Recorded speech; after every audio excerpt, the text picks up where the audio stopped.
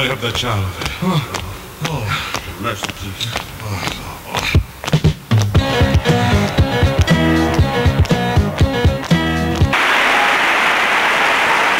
We have an injunction, and we are going into court tomorrow morning to fight this illegal, unconstitutional injunction. All we say to America is be true to what you said on paper. I say King has got to be stopped. The court calls Reverend Martin King. Please approach the bench. You have been charged with illegally staging a boycott here in Montgomery. How do you plead? Innocent or guilty? I plead guilty to the charges before me for disobeying an unjust law. It has no place in this country. Lock it up, lock it up, lock it up. Lock it up, lock it up, lock it up. Lock it up. Who are you to say what laws we should obey? And who are you to choose what methods we should use? And what gives you the right to stage a racist fight? You Negroes don't learn, you're just not right. And what gives you the right to put man's law before the law of God? You'll have to answer one day. Be careful what you say. It may be taken down and used against you in this here case. I'm no longer important. My race is on trial today.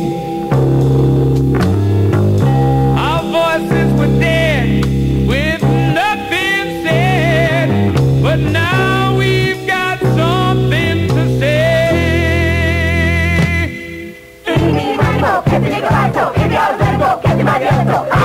We say the segregated buses, they're unconstitutional. What do you know of the Constitution? Maybe you thought it was written for you.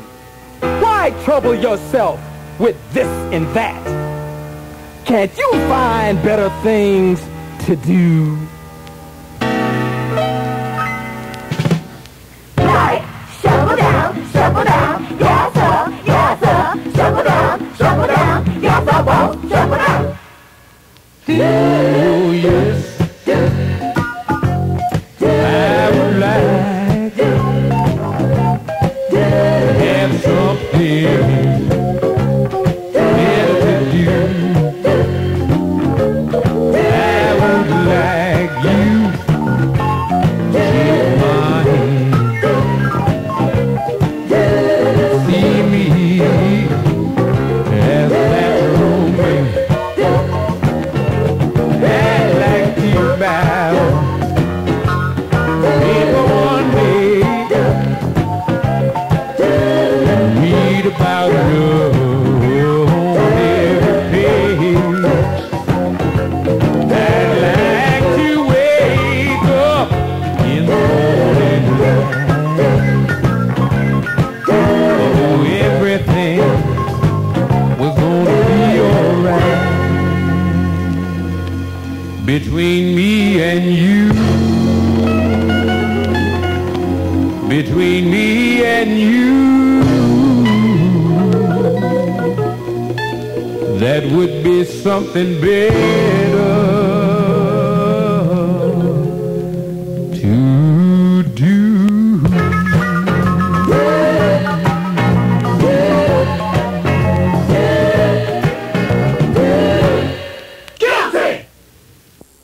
Today is a triumph for freedom, as huge as any victory that's ever been won on any battlefield. Today, we strike away the last major shackle of those fierce and ancient bonds.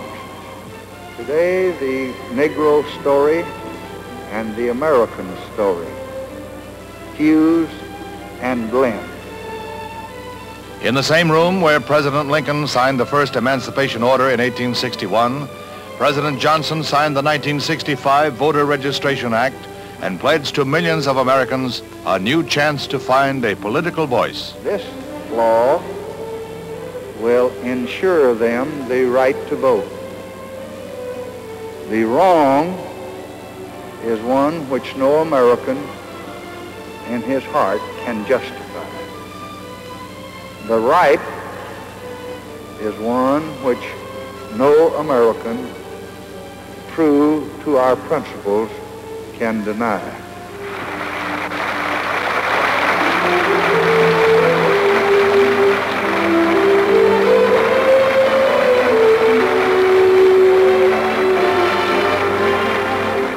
With a battery of pens and before witnesses like Negro leaders Martin Luther King, Roy Wilkins, and James Farmer, who were watching the climax of the campaign to which they devoted years of will and energy, the president signed. President Johnson moved the next day to implement the bill. So far, the strongest link in the legislative chain which the president titles the Great Society, the voting bill promises a profound effect upon the future politics of the entire nation. Others can do what they want to do. That's their business. Other civil rights leaders, for various reasons, refuse or can't take a stand or have to go along with the administration. That's their business. But I must say tonight that I know that justice is indivisible. Injustice anywhere is a threat to justice everywhere. On some positions, cowardice asks the question, is it safe? Expediency asks the question, is it politic? Vanity asks the question, is it popular? But conscience asks the question, is it right? And there comes a time when one must take a position that is neither safe, nor politic, nor popular, but he must take it because conscience tells him it is right.